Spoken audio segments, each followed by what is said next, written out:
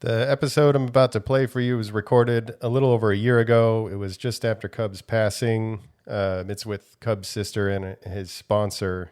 And I was just feeling a lot of resistance in my head about releasing it, but putting it out now. And just a heads up, I did a really shitty job setting up the microphones and stuff. So there's some audio issues, but I think overall it's worth a listen.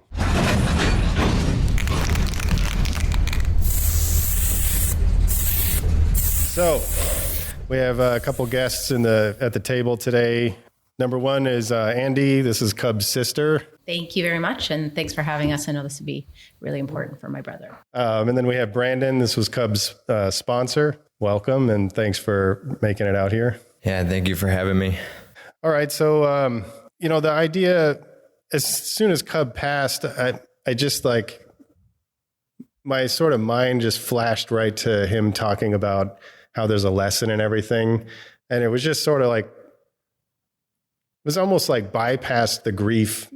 I mean, I felt the grief, of course, but even stronger, it was the first thing that I went to was his voice saying, there's a lesson in everything. And I was like, fuck, and so that's just where my focus was. So the grief was there, but that lesson, I just felt like this sort of obligation to not just allow that to happen, but to try to do something that, I don't know, not created the lesson, but encouraged it or something. And since we had this platform, I started thinking about that and, the circumstances behind his passing. I was a little nervous, not knowing if it was something we should talk about or not. But then those circumstances themselves, there's such a great lesson there. And then you two are way more knowledgeable about this subject than I am. The fact that he was such a positive person and was so unexpected. That's where I kind of felt like anybody that listened to the podcast and listened to his voice and listened to all the things that he said, it would be one of those moments where if we did talk about what happened, that I don't know, as we talk further, that lesson will probably unfold. So what I wanted to ask is, would you be comfortable kind of giving just a general rundown about what happened? Okay, so my brother and I both being in recovery, and we both have this disease of addiction, which is something that you are born with. It's something you also pass on with. How you deal with it in your life is different for everybody. It is a daily struggle, sometimes harder for some, depending on, I guess, what your tools are and how you're using them.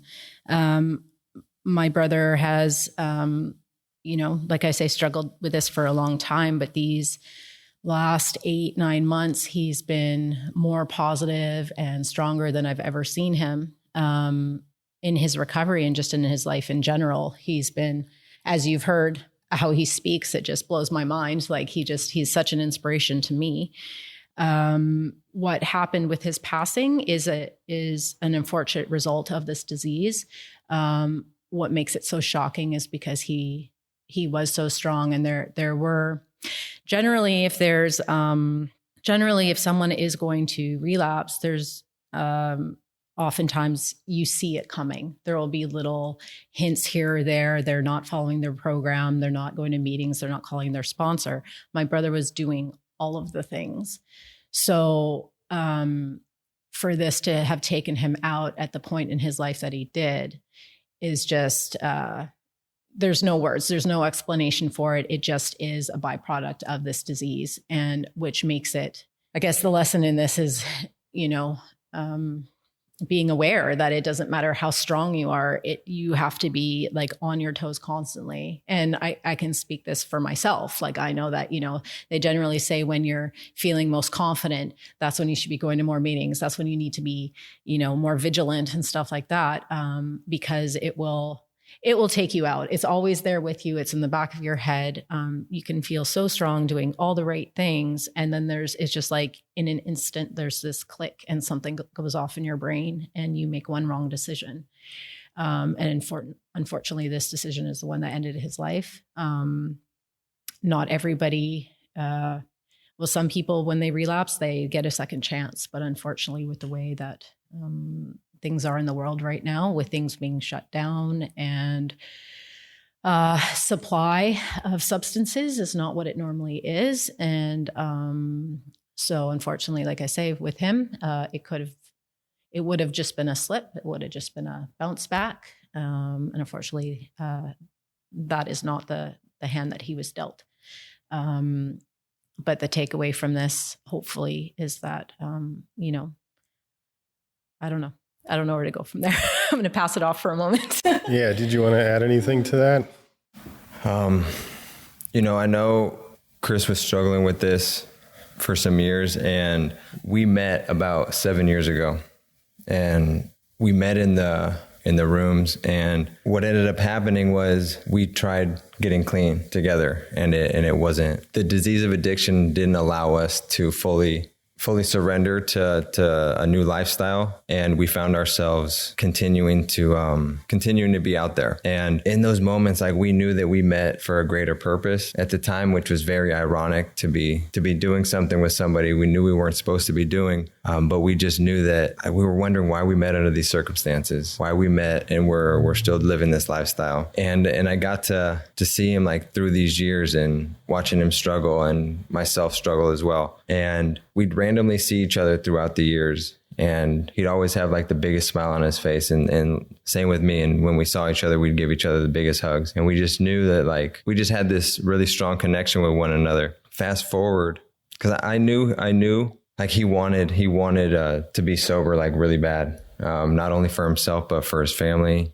And I remember about 8 months ago when he did get clean, we saw each other at a meeting, and he told me, he's like, I'm ready to do this. And, like, I just remember being, like, so happy that, because he, from knowing who he is, he's just the greatest gift that somebody could ever have in their life. And I knew he could touch so many lives just by being who he was. And now to add this, him being clean and sober would just radiate the type of person that he was on a whole nother level. And from that moment, his life started to change. He really gave himself a fair chance to live his life free from substances. I was very fortunate to have known him through these years, and most importantly, these last 8 months. I got to really know who he was as an individual on a extremely deep level. And this is really tough right now, because I haven't really processed this yet. It's tough. I lost a best friend. I lost somebody that I spoke to on a daily basis. The type of person he was, he would always call me and ask me how my day was, wanted to know everything about how my day was, who I interacted with, the type of impact that him and I both had on, like, the community, and the things that we were doing in our daily lives. And the morning text messages that I would get from him, the hour-long conversations we'd have at night. And the thing about Chris is he always believed in you, and he always wanted to motivate you, and he was always positive. And like Andy said, it was the absolute biggest shock, because I got to work with him. I got to see what he was doing on a daily basis. And like she said, there's certain things that you can see before somebody were to maybe relapse or something of those sorts. And none of the signs were there. Absolutely none. And this is the scary part of addiction. It's difficult because I don't want to go too far into depth with anything, and I don't know, like, where to stop or where to begin with that. So I'll keep it pretty neutral on that. But what I can say is, like, he did everything that he could possibly do to ensure that he was going to stay sober. And the thing that keeps coming to my mind is all it took was 5 blocks, and other people may say all it takes is 1 hit or 1 drink. And I keep hearing all it took was 5 blocks, because of the conversations that he was having before this tragic accident happened was exactly who we thought what he was doing. And it was talking about his new life and how grateful he was for it. And then in a matter of seconds, the disease of addiction decided it was time to play some mind games. And I just remember getting that phone call from Andy, and I remember where I was. I was in the lunchroom at my work, and I had never spoken to Andy before. And she said, "Is this Brandon?" And I said, "Yes." she's like, this is Chris's sister and he's no longer with us. And I went into like shock. I couldn't really believe what just happened, because I had just seen him through a video chat on a couple of days prior to that. And I just spoke to him the day before that. And yeah, this one hits real different. I had the same thing. I was standing right at that counter and I didn't even know who she was talking about. She said, this is Chris's sister. I'm like, Chris, like the guy I just printed stickers for or something. But I could tell in her voice, like there was something really wrong, you know? And like, you know, like time either slows down or speeds up or whatever. Like my mind was like, did the airplane crash? This car? Like I didn't expect what was going to be said. Like I wasn't ready. I wasn't like you guys know him a lot better than I do. And like, apparently I knew the best version of him. That's what people are telling me. Like this was the best version of him in the last 8-9 months or whatever. So I didn't see all of the ups and downs. Like I heard it in his voice when we were doing the podcast episode. So I don't know if that changes like how my reaction was, because like all I saw was this positive guy, and he would tell me, you know, hey, it's really important that I do these meetings, you know, it's like, so if I can get out of here at 3:00, I'm like, yeah, and you know, no problem. You know, he expressed how important it was, but like I did dabble in drugs and stuff, but I was like more like a Friday night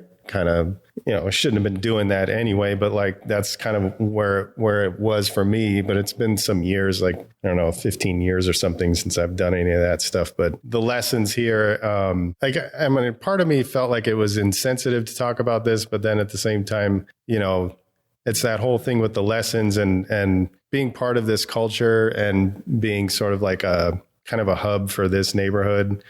I saw a lot of things that was really disturbing, you know, in terms of, you know, there's a lot of high school kids coming in here and drawing in the books and stuff. And like, they would come in and it was just clear that they were on something other than weed and alcohol. And it was just like, what the fuck are you guys doing? And, you know, they were 14, 15 years old doing ecstasy, doing Xanax and drinking that syrup shit and all this kind of stuff. And I was just like, dude, you guys are too fucking young to be playing around with this, you know? So that's kind of why I felt like it would be an opportunity to talk about this stuff with people that understand him and understand, like, just like what you said about like it took 5 blocks. Like, you know, I think a lot of us don't quite understand the actual battle that goes on with addiction. And I think like there's not really like a clear understanding that some people can dabble in it and some people just can't. So that's kind of what if it's something that you guys are comfortable talking about, like how that works, like if you're familiar with, like, I don't know, the science behind it or something that would give somebody some knowledge, like when they're young, a reason to not go down this path. Cause like we all like hear whatever the mainstream stuff is, but like, as far as like really understanding that, like, is it a matter of like, if you're the kind of person that is going to be addicted, is it a matter of like, as soon as you try it, like you're already going down that path? Or is there a moment when you're on the path when it shifts in that direction? Or is there any kind of discussion that can be had like in that area? Yeah, I mean, it's a tricky one because it's different for everybody is the thing. It's like an allergy to the body and an obsession of the mind. So there's like different people will describe it in different ways. I believe, you know, it is a disease. It runs in my family. So I know I was born with it. I saw it growing up. I always swore to myself I would never be that way, and it got me. So, you know, I've got friends who they know that it's in their family, so they just avoid it altogether because they're scared that if they start drinking or if they, you know, use whatever, then they'll have that addiction as well. So like for myself, it is something that I have. I'm aware of it. I've been in recovery for 8 years now, and I know like I don't take anything. So for myself, I avoid all types of, you know, even if it's like Tylenol 3. Like if I had to go to the hospital or something for some injury, I'd say, don't give me anything. I will suffer through the pain, because I have that fear that if I have something else in my system again, it will kick in again for me. It's kind of like Russian roulette. Like you really don't know. You don't know till it happens to you. My husband is what we call a normie. So he is somebody who can drink, can use, and can say no to it. And it doesn't bother him at all. He doesn't have anything in his family. He hasn't had this experience. So since we started dating, it's been like square one for me to try and help him understand what it's like to be an addict or an alcoholic. So one of my friends described when we got married that for me, my mind is like, I'm like a squirrel on caffeine. Like it is constantly going. So I have positive things. I have negative things. I have just crazy off the wall things, but my mind does not stop. So I think so let me back up. Sorry. There's so much here.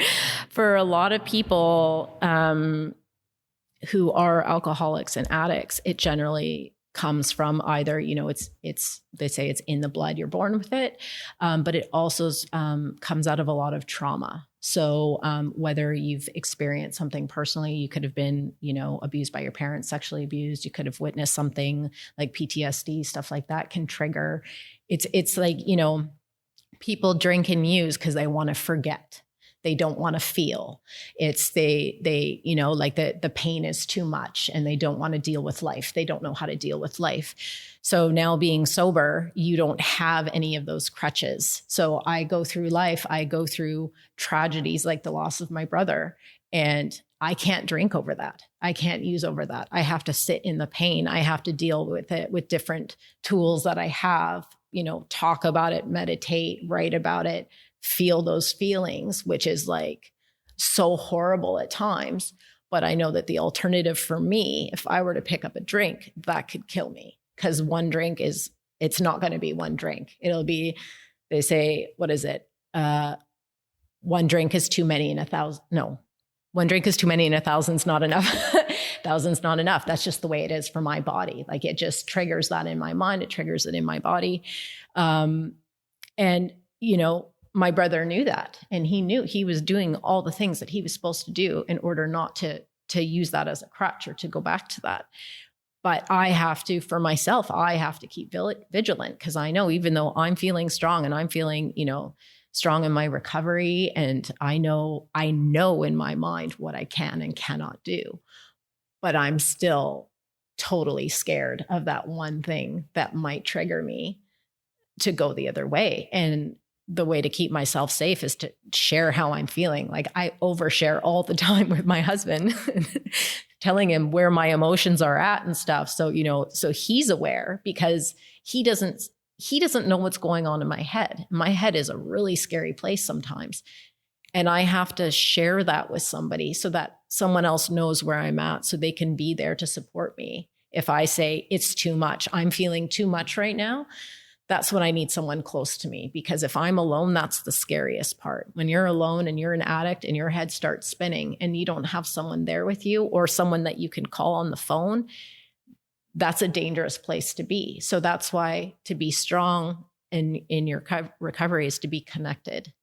And that's where my brother was at. And that's what scares the shit out of me, because he is stronger than I feel I've ever been in my life. And he was always an inspiration to me, and how positive he was. And he would bring me up all the time. Whenever I was struggling, I'd be like, oh my God, I'm having a really hard day. And he would always be the person that I called, and he would make me feel better. And so for him to have happened, what happened to him, scares me so much. But in the flip side of that is that it motivates me to stay stronger. And I know, like, I hear his voice. He's with me every day. And I know he's like, you got to stay strong, keep going, stay strong. And like Brandon, like, I still haven't processed this. This has been a whirlwind, because it all happened days before I got married, and my brother was up visiting for the wedding. And so prior to this, it was already, I'm a go person. I keep myself busy so that I don't get distracted and I don't hear those voices in my head. So prior to this all happening, I was going, then my brother passing, and then coming down here to help my family and deal with everything that happens when someone passes. And I haven't stopped.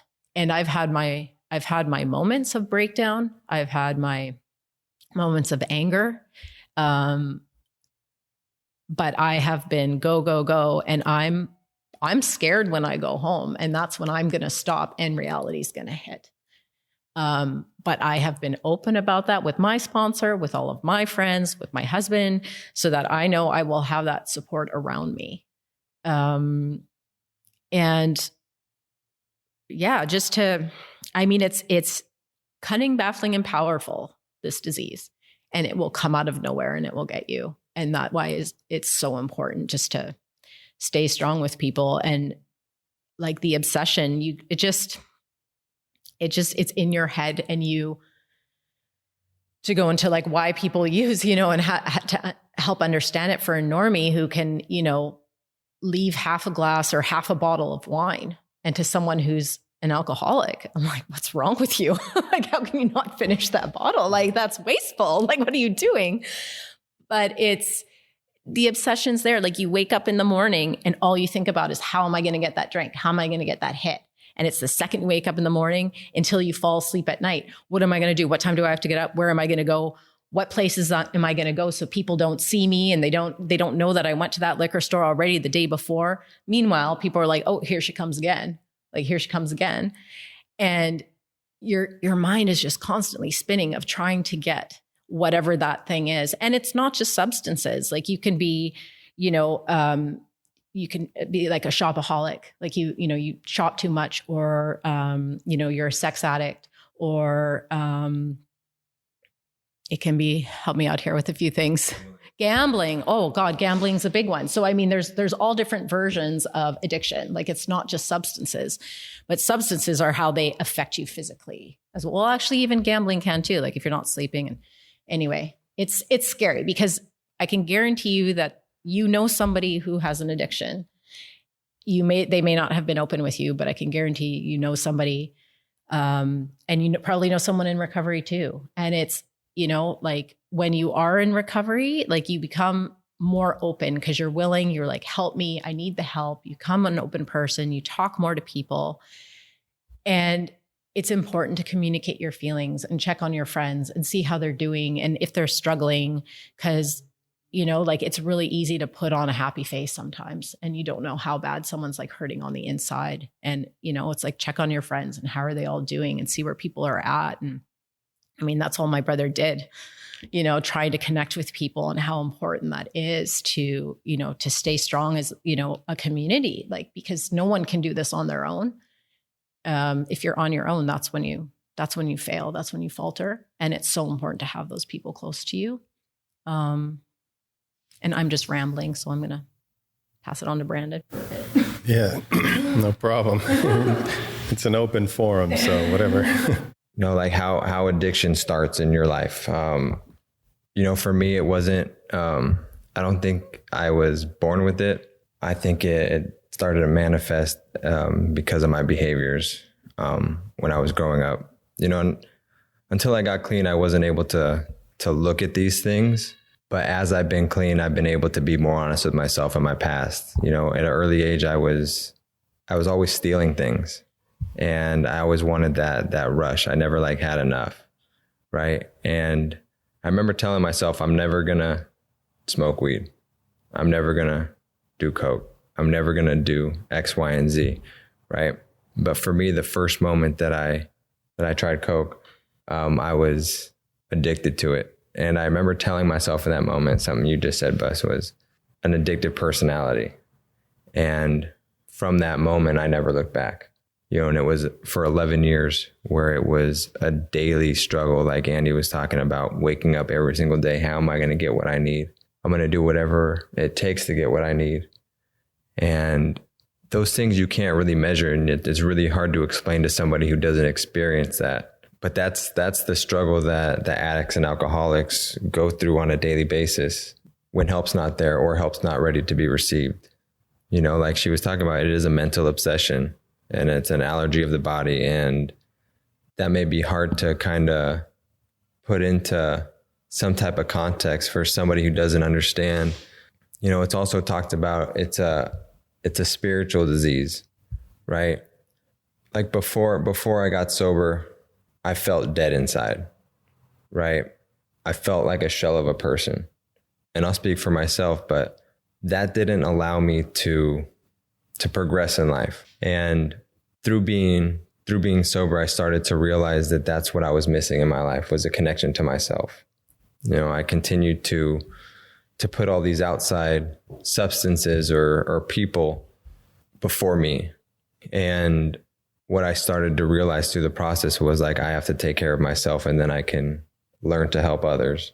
And I think that's one of the, this is what doesn't make a lot of sense, is how somebody who suffers from an addiction can get better. Because I know when I was in it, there was no way out. And when that obsession hits and when that craving gets triggered, I used to feel like there was no way out. And I feel when somebody's about to make that decision to maybe take that one more, all rational thoughts go out the window. You feel isolated and you feel alone, regardless of knowing how many people love you and all the people that you love. And it just turns. That's the scariest part about addiction, because none of us, like she was talking about, like none of us know when that's going to happen. It is scary to think that if I don't do what I need to do today to stay sober, that I could be gone tomorrow. You know, it is a daily practice. You have to sacrifice a lot of things. Like you were sharing, like how Chris was saying, like, I gotta leave. I gotta be at my things I gotta leave here at 3:00. And that almost brought a tear to my eye when you were sharing that, because for me inside, like, I know how much he wanted it. I know how much he was doing it. And like, I have his journal right here with me, and that his sister gave me. That's why when she said, like, it's cunning, baffling, and powerful, like this addiction, it really is, because we just don't know when it wants to strike. And Chris always told me too, he's like, my disease is doing jumping jacks. My disease is waiting for me for that weak moment.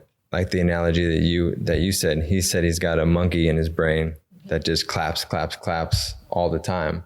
It's a daily struggle. Yeah, I think that's what a lot of us that haven't lived that life have a hard time getting our heads around. Because like with Cub especially, it's just sort of like, you know, like when you see like a famous person ODs or something, and you get a little glimpse of their persona based on like whatever movies they were in or like little interviews, and you're like, oh my God, I can't believe that would happen. But like when you actually know somebody that, like anybody that's, you know, 46 years old, you've met a lot of people in your life, but like, I get the impression that a lot of times people say all the best things about somebody after they pass. But like with Cub, it's like, I only knew the best.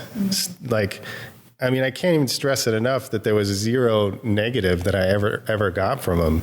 And when we were talking during our sessions, you know, he would always, you know, go back to his past, and he never really got detailed, but he would say, you know, there was times in my life when I was the negative guy, and I was like, what? Like, I can't even imagine that. And like, there was even times, you know, one of the things that I've been working on for probably almost 20 years now is like trying to have better control over my emotions, you know, and so it's like a constant thing whenever.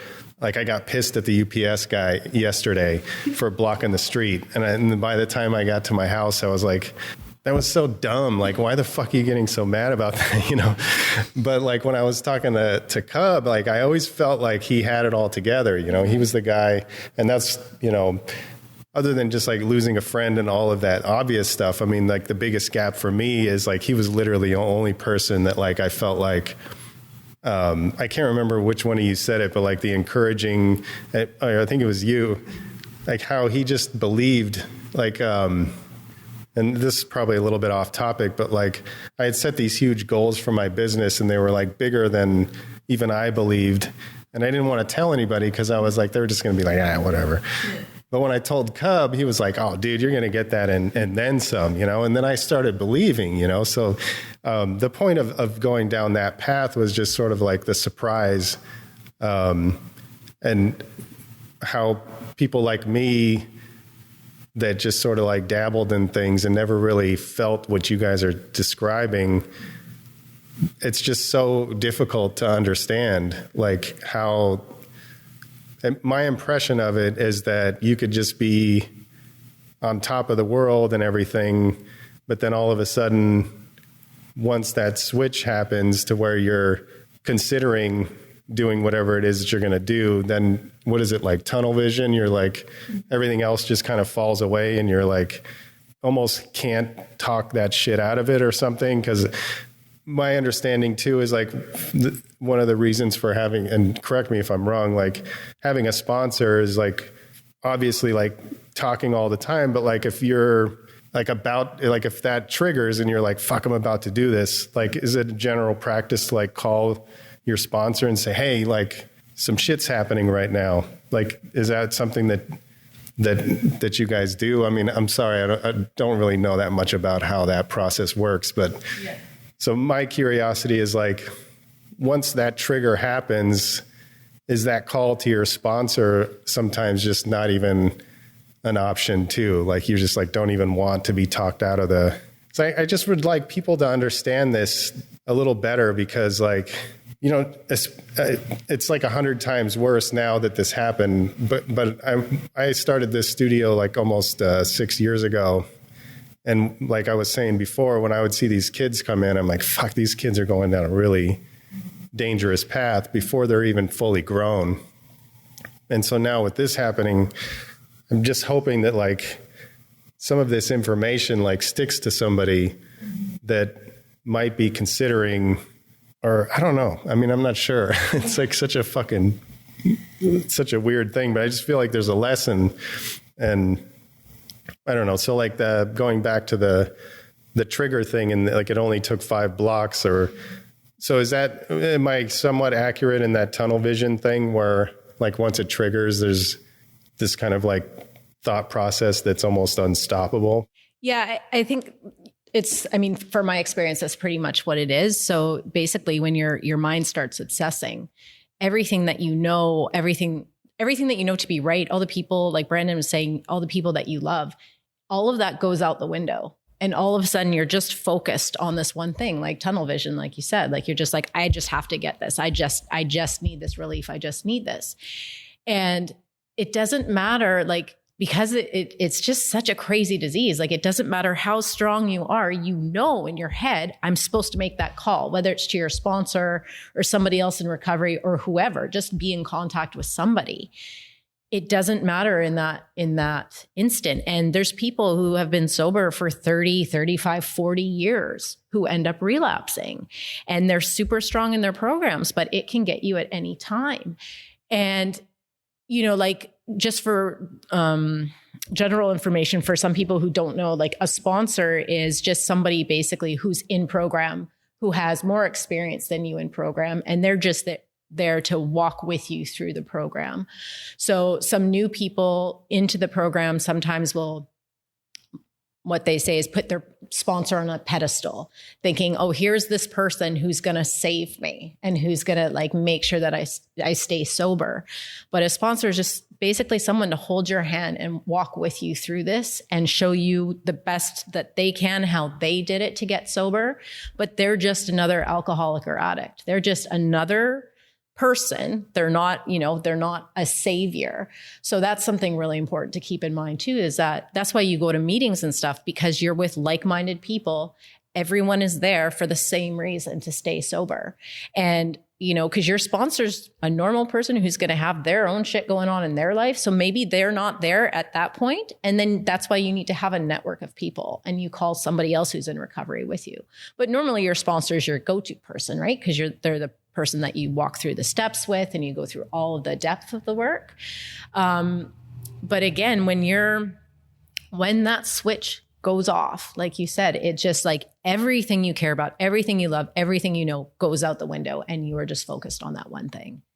And the best thing you can do is keep yourself as strong as possible, and, you know, to be able to hopefully make that phone call when that happens.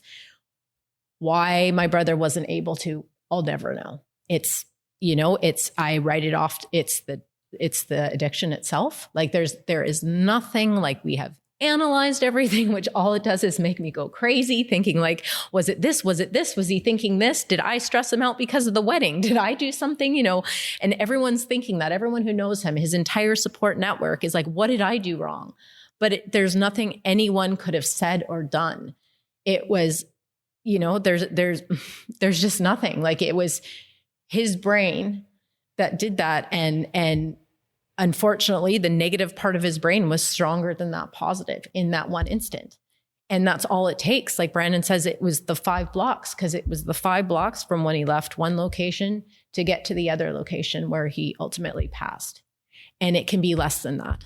It could be 1 block that somebody walked. Like, something could have been presented to him. I don't know. I'll never know. I'll never know what happened. And like I say, I'll just drive myself crazy trying to figure out why, or, what I could have done, but there's nothing anyone could have done. And that is just you can try and describe this disease to somebody who doesn't have it, but really, like, only someone who is an addict or alcoholic can truly understand what it's like to be an addict or alcoholic. Cause you can try to describe it, but like Brandon was saying, for my brother, it was that freaking monkey with those, what do you call those timbre cymbals going around in circles. And that was what his was like. Mine apparently is a squirrel on caffeine, as I've been described as, because I'm like crazy.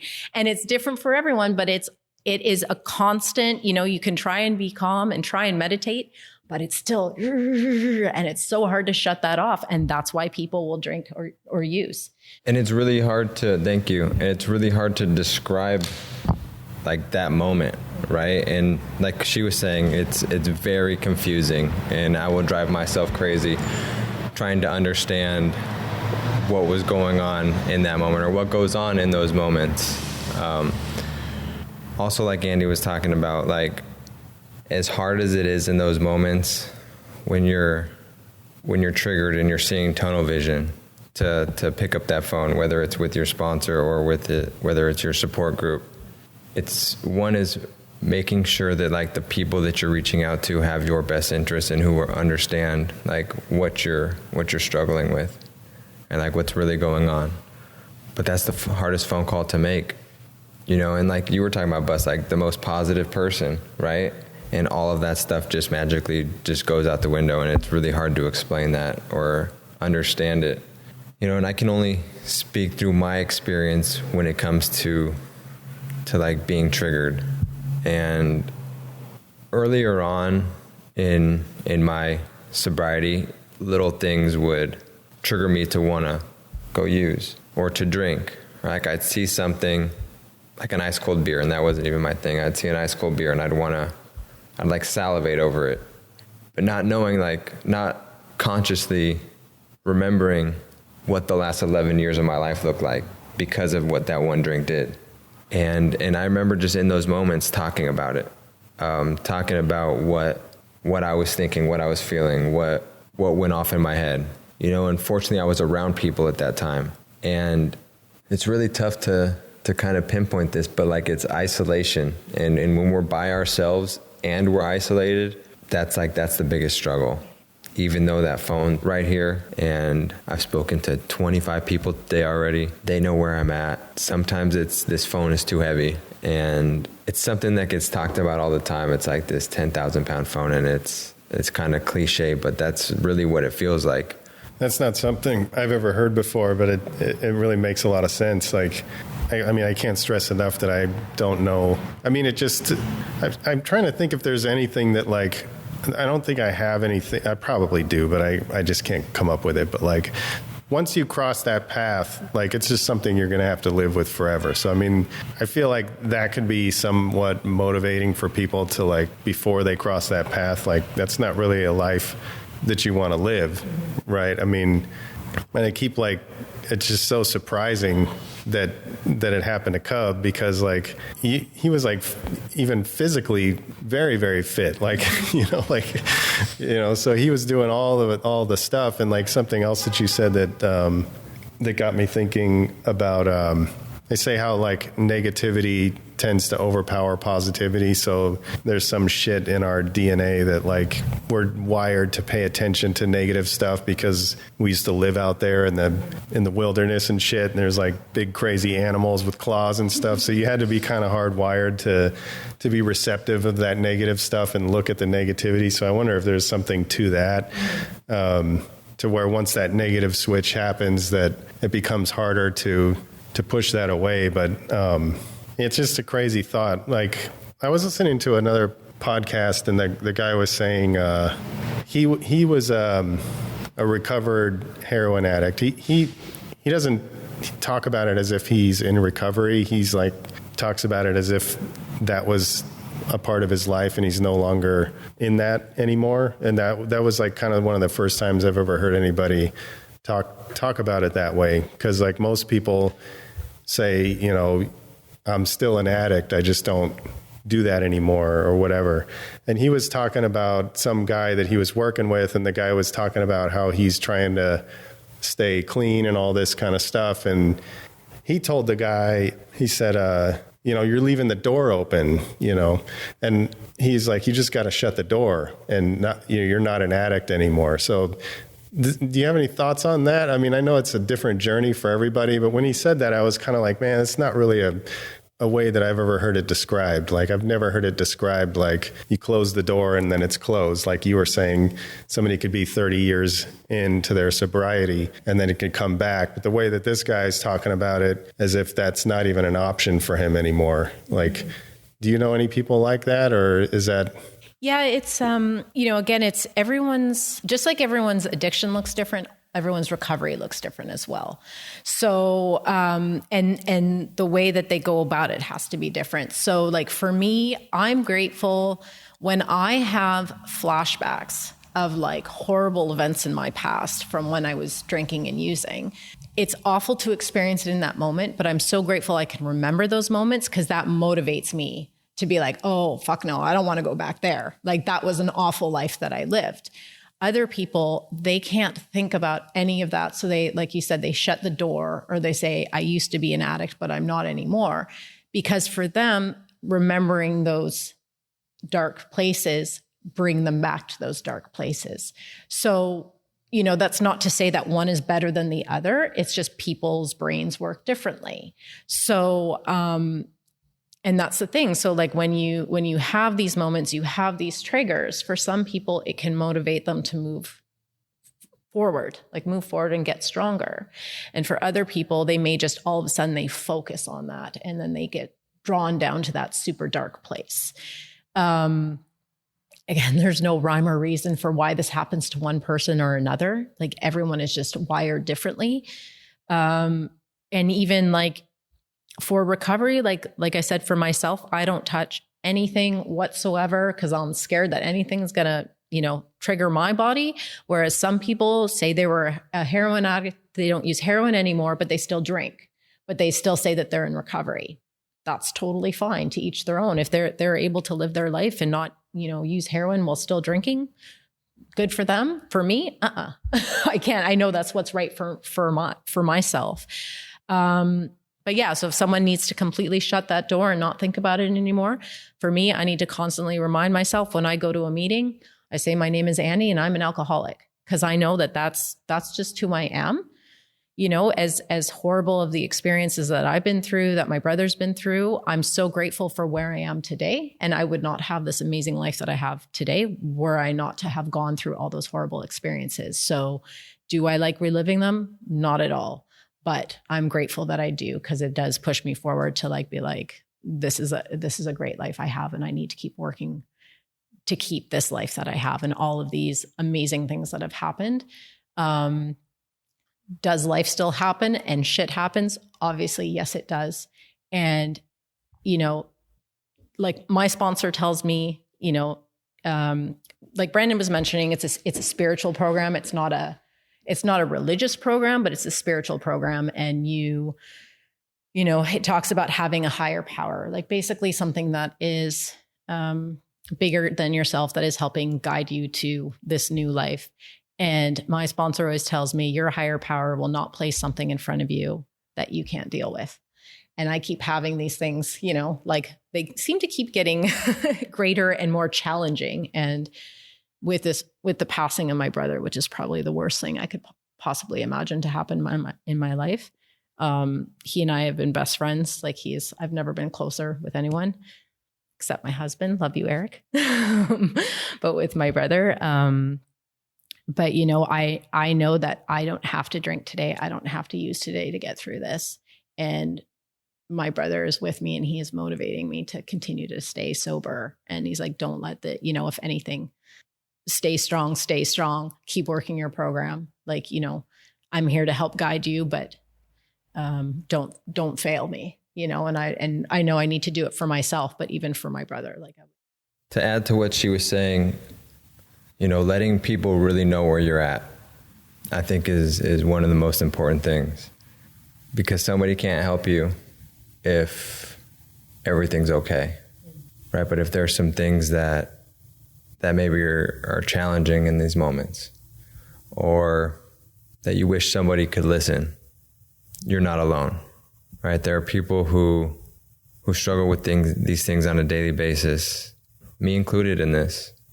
Just because we haven't used drugs or alcohol for an extended period of time doesn't mean we don't struggle with different things in our life, right? And what used to be the go-to, being drugs and alcohol, is now other things, right? It may come up, like she talked about it, in many forms, whether it be sex, gambling, shopping. There's so many more things that people, right, wanting to control things. Asking for help is probably the most important thing for myself.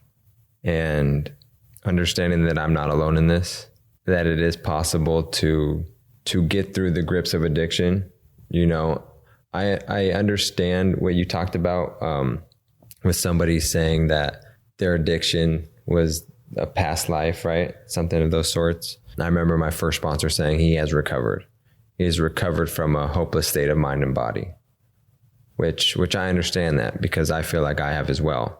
And, but for me, I can't forget that last day up until the first day that I tried it. I can't forget those things. And how I remember and how I don't forget those is by trying to help the next person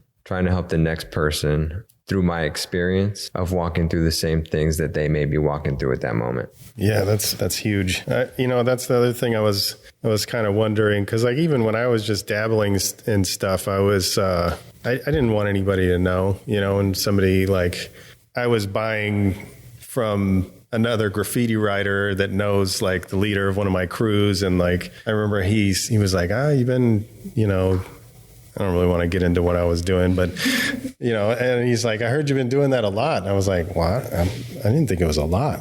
Once a week, is that bad? But I felt this shame, I was like, fuck, man, I shouldn't be doing that, So to your point about letting people know where you're at, I think we need to get over that shit as far as the shame is concerned, because it's where's the shame? It's this shit, you're having a problem, so you should have people in your life that will be understanding. But I know there's probably a lot of judgmental people also. But so is there any advice you can offer people to am I speaking out of, alignment with how that thought process works? Is that shame thing, is that I think that's a great question to be asked, because one, I'll speak for myself. I feel like I'm the only one struggling with that certain issue in that moment, and nobody else is going to understand. And what that does is that'll isolate me. That'll feed into the addiction side of myself, right? What my addiction doesn't want is me to get vulnerable with somebody else and let them really know where I'm at, because what that does is that kind of takes the power out of whatever I'm struggling with, and it kind of puts it out into the universe. Shame is a huge part of addiction, huge. And I think, because you were talking about you don't want to be vulnerable and stuff. And that's the whole thing, is that when people, use to cover up pain and all that kind of stuff, they don't want to share that pain with people, because they feel like I don't know, some people feel embarrassed to share their feelings. And that's just, a lot of people feel that way. Myself, I'm like, blah, blah, blah. This is how I'm feeling. I want everybody to know. Like, I need some help with this. I'm struggling today. Like, and yeah, it's a huge part of addiction. People feel shame prior to using. They feel shame for using. Then they're embarrassed. They feel like, I'll speak for myself. I felt like a horrible person. I knew everything I was doing was wrong. Negative, negative, negative. I didn't want anyone to know. I isolated. In my final days, weeks, month of using, it was all on my own. I locked myself in my apartment. I was so embarrassed. I didn't want my family to know what was happening. I didn't want my friends to know. I didn't reach out, doing all the wrong things. And I was so sick. And that was when I hit my bottom, because ultimately everyone needs to hit their bottom before they get sober. They need to really want it. They need to want the help. They need to reach out and ask, talk to people. And that's the thing, is that, like you say, like everybody struggles. Everybody has their challenges on daily life. And sometimes people think this is too insignificant. This is too small. If I tell somebody about it, they're going to be like, what the hell are you worried about? And they don't want to share it, but it's so important to share how you feel. How are you struggling? Tell people, like, it's just, I can't stress that enough. Like, don't be ashamed. Don't be afraid. Everyone struggles. Everyone has challenges. There will be somebody who is going through the same thing as you, and they can help walk through it with you. And that's, it's just, don't hide. Don't keep these things to yourself. Even if you start small and just journal, write it out, get it out of your head. I know that works for me when I'm having a really hard day. If I think my thoughts are too dark or too scary, or I don't want to share them even with my sponsor or anyone, I'll at least start writing them and just get it out. And it's just so important. Talk to your friends, reach out, stay communicated with people. Like, tell your friends how you're doing, because no one can read your mind. No one knows what's going on in your mind. And mine is a crazy, scary, dark place sometimes. And I don't want to be alone in there ever. When I was a teenager, and I lived in LA as a teenager, I was on the streets of Hollywood and everything, going to dance clubs, doing this, that, and the other, me and my whole group of friends, and we were all experimenting with everything. And I just think that it's so funny that nowadays, like back then, I felt cool, like we're all using drugs, you're in the in crowd, doing all this kind of stuff. And now, flash forward, we are all in recovery. All of my same friends I used to use with are in recovery. And it's like, nowadays, it's pretty fucking cool to be sober, and it's just, I hope that that's kind of filtering down to the younger generation, that there's all these amazing things that you can do. Cause that's one thing, is that younger kids, you think, oh, it's no fun to be sober. Like, who wants to be sober at a party? But I'm sorry, I'm pretty fucking fun when I go hang out. Yeah. And you see a lot of these young kids that I was talking about coming in, they're listening to these rappers that are drinking that lean and doing all this bullshit. And then those rappers are dying. And it's kind of like, it's not fucking cool. Like, and there was that transition where, like, when I was in kind of like the experimental phases in college and stuff, and doing party drugs and all this kind of stuff, like, I was almost like proud, like, oh, I did like this many hits of ecstasy last night and like pissed my bed, like it was like, but now, like, I wouldn't want anybody to know that shit, So, there has to be some kind of transition where you're like, where you're all of a sudden like heading down this path where you're like, fuck, I don't want anybody to know this is happening. So, well, maybe just to touch on anybody who may be listening, that it's okay to ask for help, that it's okay to let people know where you're at. And that there are a lot of resources out there, and they can be found online. Like Andy was talking about, there's different things that we could do on a daily basis, right? Whether that's one, reaching out to somebody that you love, maybe just to check on them, see how they're doing, maybe writing some things down that are some thoughts of yours that you've been struggling with, doing something nice for somebody else, and be easy on yourself. Everybody struggles with something, and just to know that, and I've said this before, just to know that you're not alone, and that there is help, and yeah, you are loved. Yeah. And I think, the takeaway from, my brother's passing, if anything, Like, I know he would hope, and I hope that it at least motivates people to, you know, who are questioning whether they're struggling, to talk to people, to reach, like Brandon's saying, reach out, get help, call somebody, talk to somebody, you know, look stuff up online. Like, there are so many resources. It's nothing to be ashamed of. Everyone has daily struggles, whether it be with substances or something else. Connect with your people, connect with your, you know, like if you're scared to talk to your parents, totally get it. Like, talk to your friends, like guaranteed one of your friends are struggling with something similar. Like, nothing is ridiculous to talk about. So important to share your feelings.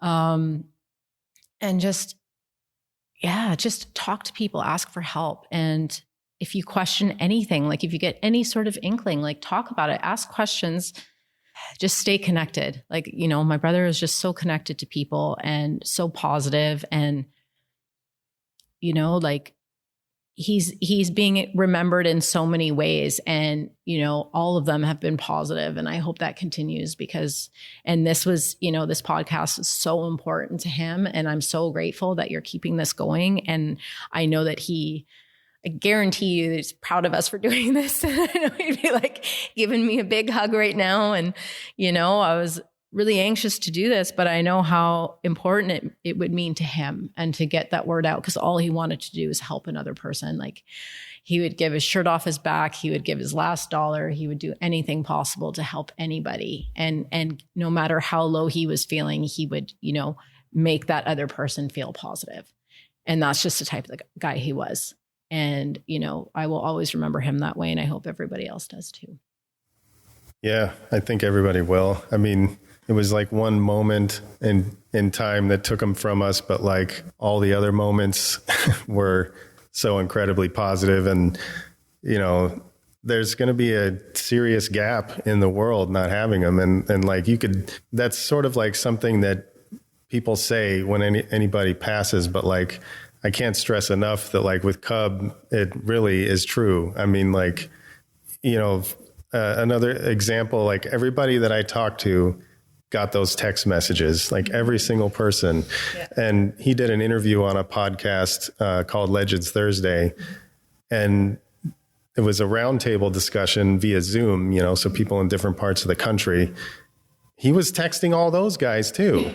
Like, he had just met them and they were like getting those messages. So it's like, I would like to think there are other people like him in the world. I hope there are, yeah. But we definitely need more of that. And it's very sad that he's not, you know, going to continue this. Everybody just take care of yourselves.